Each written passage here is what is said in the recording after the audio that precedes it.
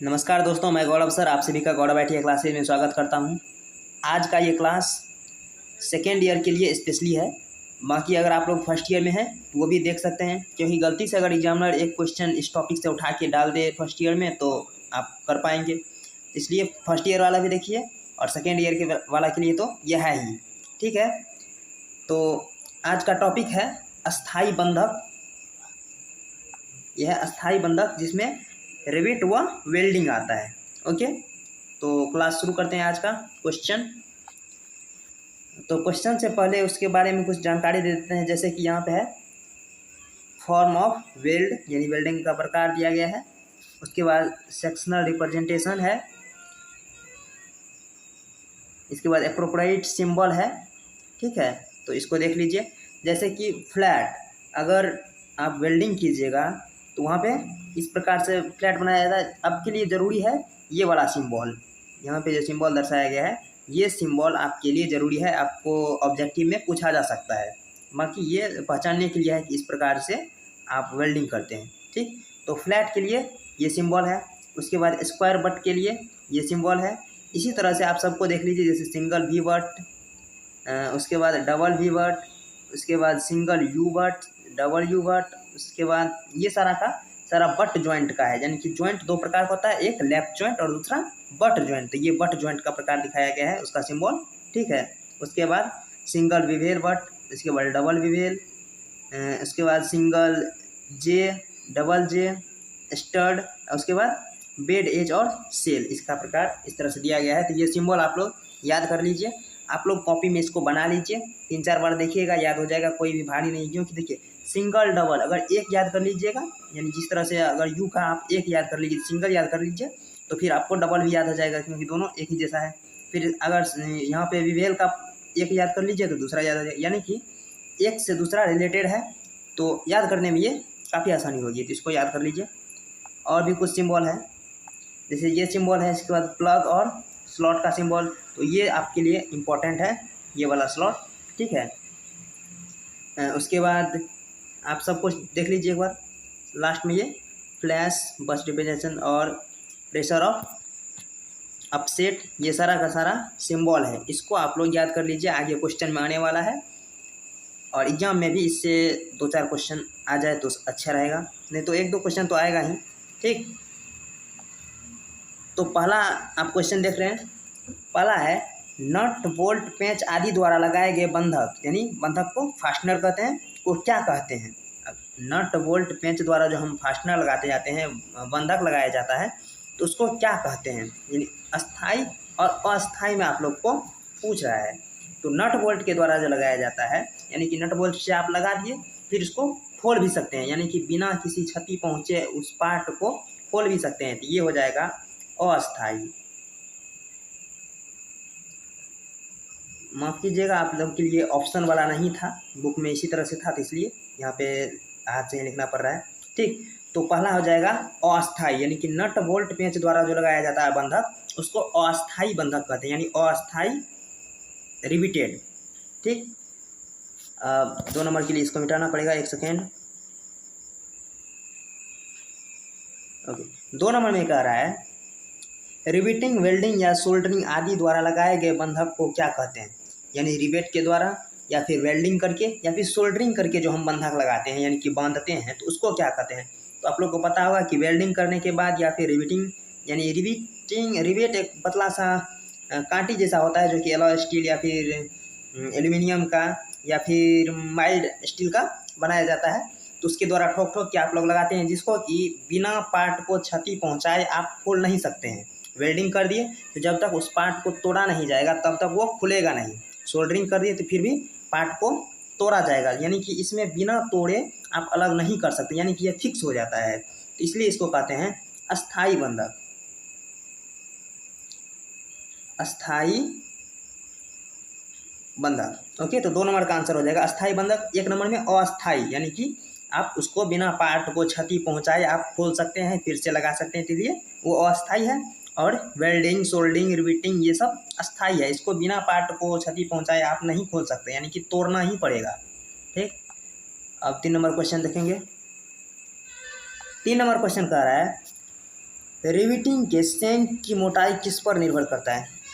यहाँ पे मोटाई नहीं, या मोटाई नहीं, मोटाई की जगह पे यहाँ पे लंबाई होना चाहिए, यानी कि लेंथ, लंबाई होना चाहिए, क्योंकि इसका राइट आंसर हो जाएगा प्लेट की मोटाई। एक सेकेंड हम मिटा देते हैं इसको। राइट आंसर हो जाएगा प्लेट की मोटाई, प्लेट की मोटाई। तो प्लेट की मोटाई यानी कि आप एक ये प्लेट ले लीजिए और फिर दूसरा इसको प्लेट जोड़ने के लिए ये प्लेट ले लीजिए, और यहाँ पे जो आप लोग स्क्रू लगाइएगा, यहाँ पे जो बंधक लगाइएगा, रिवेट लगाइएगा, तो उसका लंबाई कहना चाहिए कि लंबाई किस पर निर्धारित होता है। यहाँ पे मोटाई दे दिया गया है, मोटाई नहीं, यहाँ पे लंबाई होना चाहिए था कि लंबाई किस पर निर्भर करता है। तो लंबाई करता है निर्भर आपके प्लेट की मोटाई पर, यानी कि ये प्लेट जितना मोटा होगा, ऊपर वाला प्लेट जितना मोटा होगा, क्योंकि रिवेट का जो सेंक होता है उसका कोई निश्चित साइज नहीं होता है। आपका प्लेट जितना मोटा होगा सेंक उतना अधिक बढ़ा सकते हैं, ठीक है। इसका राइट आंसर हो जाएगा प्लेट की मोटाई, यानी कि रिवेट के सेंक की लंबाई किस पर निर्भर करती है? प्लेट की मोटाई पे, ठीक है। आगे इसका क्वेश्चन आएगा तो आप लोग देख लीजिएगा, तो हम बता देंगे कि कैसे प्लेट की मोटाई और लंबाई इस पर निर्भर करता है, ठीक। तो आगे क्वेश्चन है, निम्न दर्शाए रिवेटों के नाम बताइए। यानी कि रिवेट कुछ इस प्रकार, कुछ रिवेट का टाइप दिया गया है, उसमें रिवेट का टाइप का नाम पूछ रहा है, ठीक है।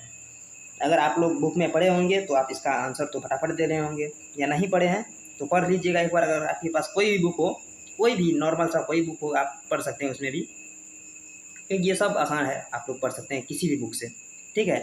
तो इसमें पहला नंबर का जो है, पहला नंबर का ये कौन सा टाइप है? तो ये आपका हो जाएगा स्नैप हेड। ये क्या हो जाता है? Snap head. कहीं लिख देते हैं,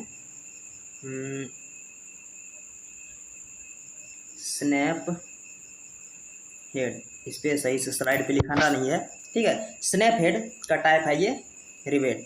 तो स्नैप हेड में क्या होता है कि जितना इसका सेंक का लंबाई होता है, यानी कि डी से जिसको सूचित करते हैं, तो ऊपर वाला जो इसका कैप होता है वो 1.6 डी होता है, 1.6 डी, और कैप का जो हाइट होता है वो 0.7 डी होता है। यहाँ पे सब कुछ दिया गया है। आपको अगर सब्जेक्टिव होता तो वहाँ पे आपको डी का मान दे देता है और उसके आधार पे आपको टाइप दे देता है रिवेट का, और उसको बनाने के लिए कहता है। लेकिन अब तो ऑब्जेक्टिव हो गया है, तो ऑब्जेक्टिव में क्या होगा कि आपको सब कुछ दिया रहेगा, यानी कि आपको ये कैलकुलेशन करके नहीं कहना पड़ेगा कि यानी कि 1.6 डी है तो इसको आप कैलकुलेशन यहाँ पे डी का मान देगा, या फिर कैलकुलेशन करके आपसे पूछेगा, ऐसा नहीं पूछेगा। आपसे ये पूछ सकता है कि स्नैप हेड का जो ऊपर वाला कैप है उसका हाइट कितना होता है, 0.7 डी। उसके बाद इस कैप का लंबाई कितना होता है, 1.6 डी। इस तरह से पूछा जा सकता है। तो पहला हमारा है स्नैप हेड, ठीक। इसको मिटा देते हैं, फिर अगला लिखते हैं। स्नैप हेड के बाद अब दूसरा जो है ये है आपका फ्लैट हेड। ये था स्नैप हेड, ये है आपका फ्लैट हेड। लिखने का कोशिश कर रहे हैं, ठीक है। ये स्नैप हेड था और ये फ्लैट हेड है। फ्लैट हेड में याद रखने की बात क्या है, इस सेंक जो है वो डी होता है, और उसके ऊपर वाला जो फ्लैट होता है उसका लंबाई कितना होता है, 2D होता है, ठीक। और इसका जो ये कैप का जो ऊंचाई होता है वो 0.25D होता है। तो ये थोड़ा सा मुश्किल है याद रखना, तो इसके लिए 3-4 बार अगर आप इसे पढ़िएगा तो याद हो जाएगा। बाकी कोई छोटा मोटा ट्रिक तो इसके लिए है नहीं। लेकिन एक बात होता है कि जैसे स्नैप हेड, फ्लैट हेड और 2-3 तो ऐसा रिवेट का प्रकार है जिसमें कि आपको डी और ये इसका कैप का लंबाई और इसका ऊंचाई बराबर मिलेगा। इसमें ऊंचाई नहीं मिल रहा है फ्लैट में, लेकिन लंबाई तो, और लंबाई भी इसमें नहीं मिल रहा है। लेकिन स्नैप हेड के बाद 2-4 ऐसा हेड होता है जिसमें कि सब कुछ समान, जैसे स्नैप हेड का मिलेगा, पेन हेड का मिलेगा, पेन हेड विथ टेपर का मिलेगा। यानी ये 3 प्रकार ऐसा होता है जिसका सारा का सारा जो डाटा है वो सेम ही होता है, यानी कि वो 1.6D, 0.7D इस प्रकार से होगा। तो आप इसका याद कर लीजिए, रिविट का नाम याद कर लीजिए। ये है स्नैप हेड और यह है flat head. Snap head, flat head, snap head, flat head, ठीक। अब नेक्स्ट क्वेश्चन। नेक्स्ट भी 2 प्रकार दिया गया है, इसमें से पहचानिए क्या है। अगर आप लोग पढ़े होंगे तो इसको पहचान लेंगे, ठीक। ये है आपका जो 3 नंबर का है, ये है फ्लैट काउंटर सिंक हेड। यानी कि काउंटर सिंकिंग किया गया है, ये जो आपका ये क्या है, काउंटर सिंकिंग किया गया है और 120 डिग्री के एंगल पे, ठीक। और ये फ्लैट, ऊपर से फ्लैट है और इस तरह से काउंटर सिंक किया गया है। काउंटर सिंक क्या होता है कि आप वहाँ ऊपर वाला देखिएगा आपका ऊपर वाला डाया अधिक है और नीचे आकर के ये डाया कम होता जा रहा है, तो ये आपका काउंटर सिंकिंग कहलाता है। ये ऑपरेशन फीटर रनर वाले के लिए, फीटर टर्नर वाले को कराया जाता है।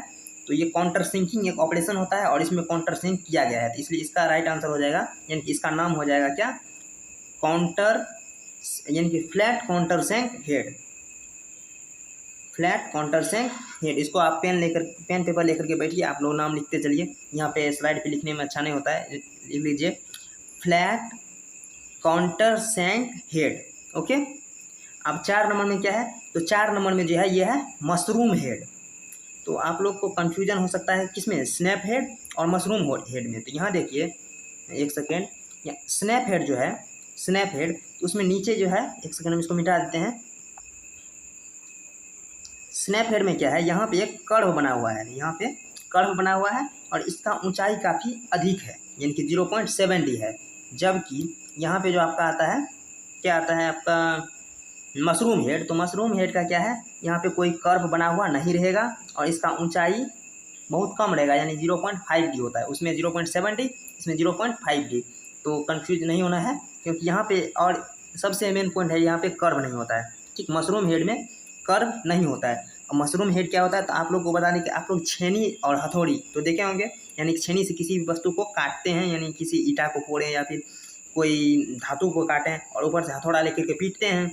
तो हथौड़ा से पीटने के बाद छेनी के जो ऊपरी भाग होता है हेड, उस पर जो मेटल चिपक के, यानी कि मारने के बाद वो जो टूट के इस तरह से घूम जाता है, वही होता है मशरूम। इस प्रकार से घूम जाया होता है, जो कि कुछ इस प्रकार हम बना देते हैं, वो कुछ इस प्रकार से घूम जाता है, यानी कि ये आपका चीजल है, छेनी है, तो ये हेड आपका घूम जाएगा, यानी चोट पड़ते पड़ते, तो इसे कहते हैं मशरूम, ठीक। तो ये मशरूम हेड का टाइप है।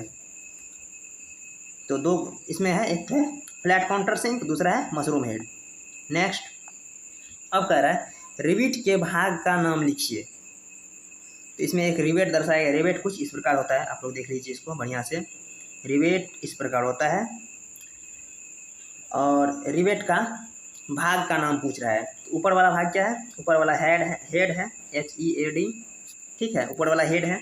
उसके बाद ये बीच में जो है ये शंख है, SHANK, कोशिश कर रहे हैं लिखने का, ये हेड है, ये शंख है और नीचे वाला पूंछ है, यानी कि टेल, ये पूंछ।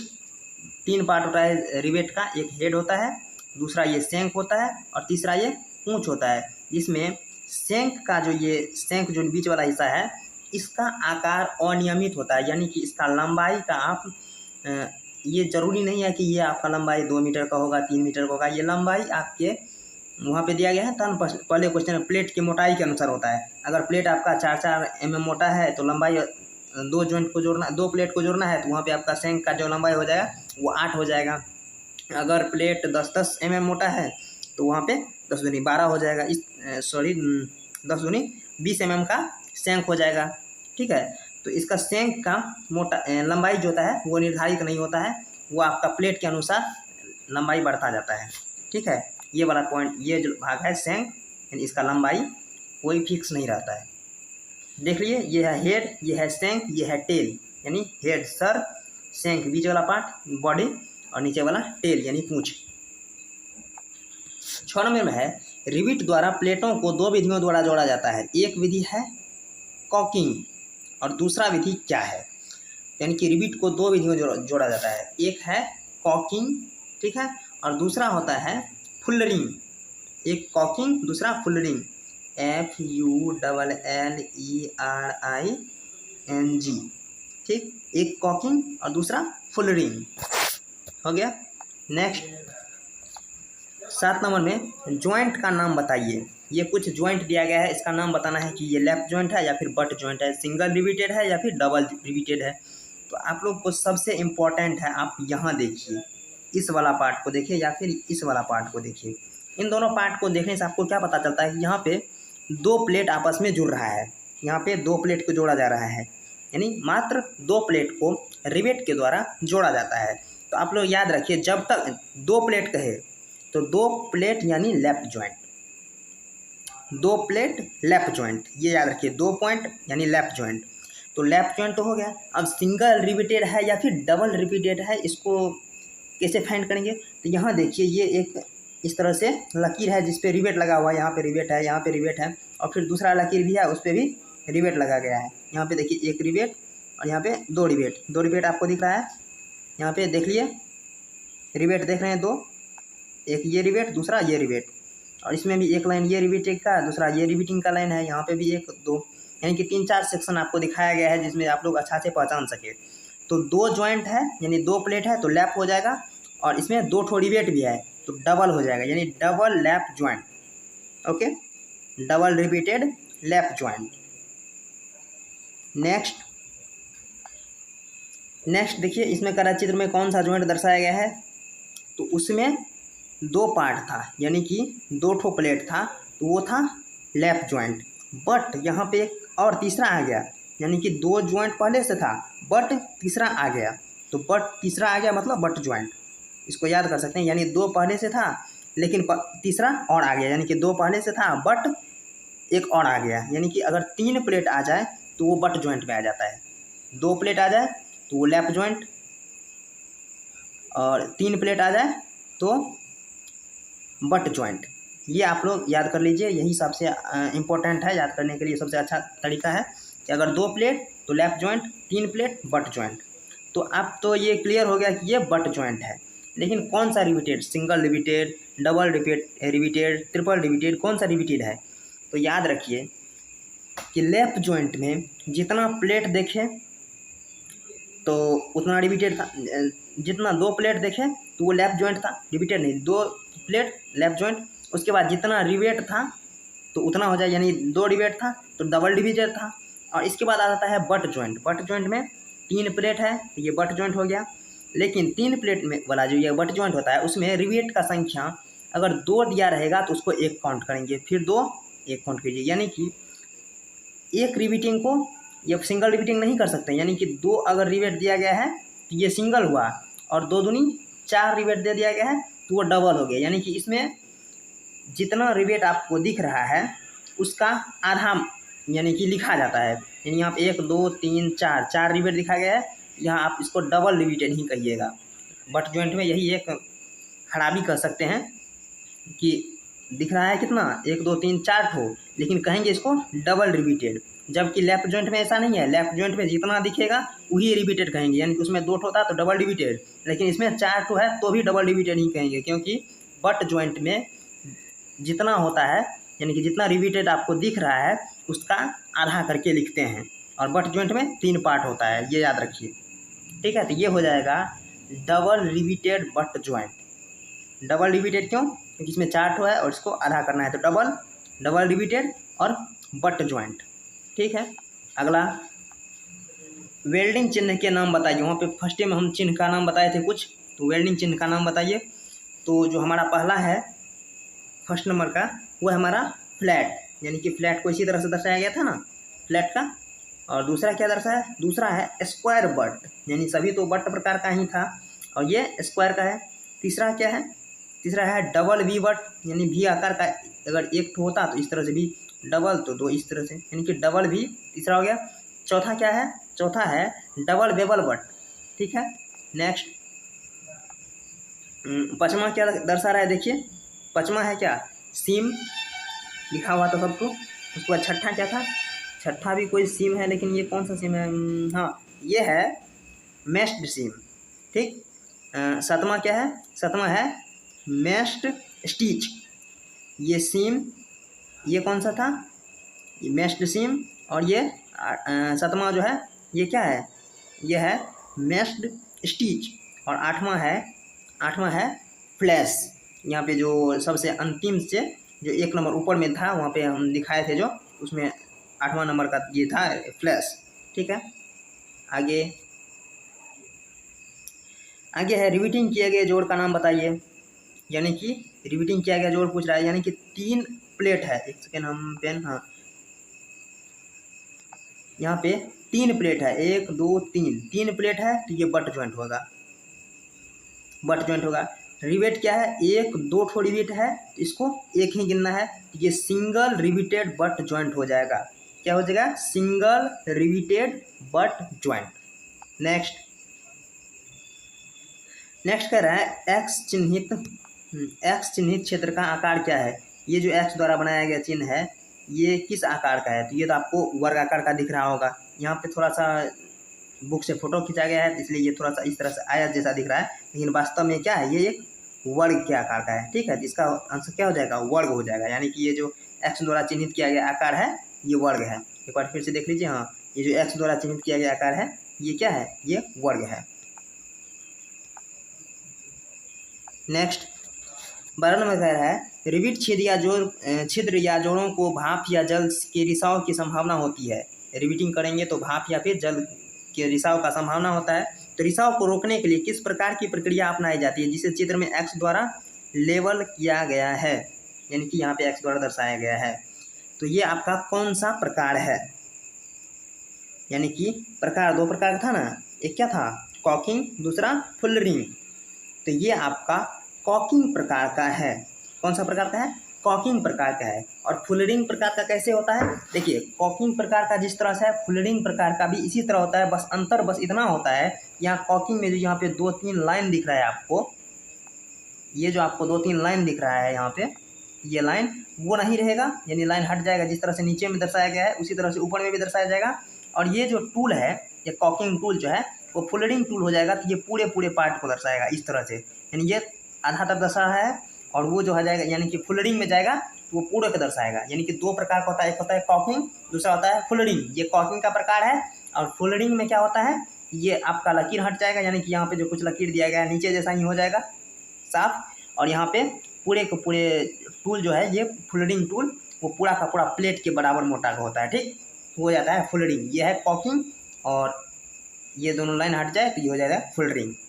दो प्रकार होता है कॉकिंग और फुलरिंग, ये कॉकिंग प्रकार है। ठीक, नेक्स्ट है एक रिविट जोड़ के खंड में तिरछा रेखा को खींचें। इसमें तिरछा रेखा कितने, यानी कि हैचिंग करने के लिए बोल रहा है। हैचिंग कितना डिग्री पे होता है, हैचिंग एग्जैक्टली यहाँ पे 45 डिग्री पे होता है। एग्जैक्टली अगर हैचिंग करेंगे तो 45 डिग्री पे होता है, लेकिन अगर लगभग में कहे तो 45 डिग्री से लेकर के 60 डिग्री तक हम हैचिंग कर सकते हैं। यहाँ पे हैचिंग करने के लिए बोल रहा है तो यहाँ इस तरह से हैचिंग कर लीजिए। याद रहे कि यहाँ पे जो रिवेट है इसमें हैचिंग नहीं होना चाहिए, बगल बगल में हैचिंग कर देते हैं। इसी के साथ आज का क्लास समाप्त करेंगे। आप लोग इसको कमेंट करके बताइए कि क्लास कैसा लगा। ठीक है, इसी के साथ आप इसके वीडियो को लाइक कीजिए, साथ ही शेयर करिए और चैनल को सब्सक्राइब कर लीजिए। ठीक है, तो यहाँ पे फर्स्ट ईयर को तो हम पढ़ा ही रहे हैं, साथ ही साथ सेकेंड ईयर का भी शुरू हो चुका है। इसी के साथ आज का वीडियो समाप्त करते हैं। जय हिंद, जय भारत।